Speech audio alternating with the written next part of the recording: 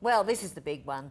This is the one that's occupying nearly every mother I know. How do we get our little darlings off that wretched computer or video game or whatever it is that they're looking at, the screen, and to go and play and to, you know, keep active and play with friends out in the yard? How do we get them to do that? Joining us today, the editor of kidspot.com.au, Alex Brooks, is with us.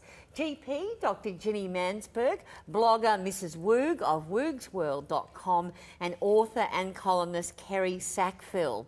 I'll start with you, KERRI. How do you put a rocket up them and get them out the door? Well, first of all, no screens during the week. Really? Except TV. They're allowed TV when they finish their homework. But no computer, no DS, no Wii, nothing. Just I've put a blanket rule on that. Weekends they're allowed, but it comes to a point where, you know, when I think they've had enough, I just say no more, it's off. And if they complain and whinge and lie on the floor, they complain and whinge and lie on the floor, and eventually they get sick of lying on the floor and they get up. Well, I'm stunned, actually. I am absolutely stunned, Alex. Screen curfews are a really big part of managing that family time, because kids will literally play on a screen 24 hours a day if they could stay awake. Like, it is quite good fun. And, you know, I dispute that it's not always inactive, because, you know, if you watch them play Wii for a while, they get quite into it and they can totally trash your lounge room and it's like they've played a whole game of soccer. But, you know, every family should set its own screen time rules. What fits in with mum, what fits in with dad, and what fits in with the kids. And I think you've got to balance it. You know, it depends how old the kid is, depends what you want to do in the lounge room. You know, it depends how it's set up. What about you, GINNI? I just think we don't give enough kudos to these kids and the way they manage these computers. Have you ever seen them? The teenagers in my family have got, like, they're MSNing, they're Facebooking each other, they're on Facebook, they've got their music going, they're Skyping. It is all happening at the one time. And when you say, how about doing your homework? They're going, what do you mean? I am doing my homework, this is it. And I actually wish I had a couple of their skills to be able to do like 10,000 things, have 100 conversations at the same time. I don't think we give it enough credit.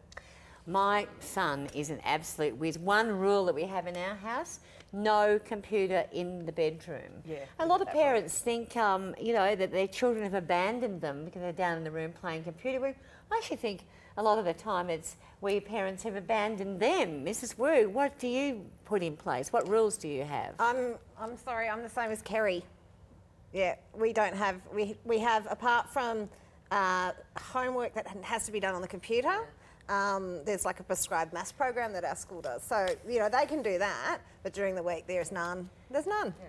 And I disagree with you, GINNI, I have to say. I think that doing your homework while you're online, Skyping to your friends, on Twitter, Facebook, whatever, is not concentrating on your homework. I know if I'm writing something and I'm on Twitter at the same time and Facebook at the same time, it's not getting my 100% attention. We didn't grow up with that multitasking. They've grown up with it. They are good at it. Second nature. I agree. Well, all we can say is we're going to have to agree to disagree.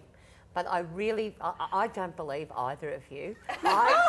Seriously, I think you're telling me a lie. I don't know how you've managed to do that. Thanks for joining us.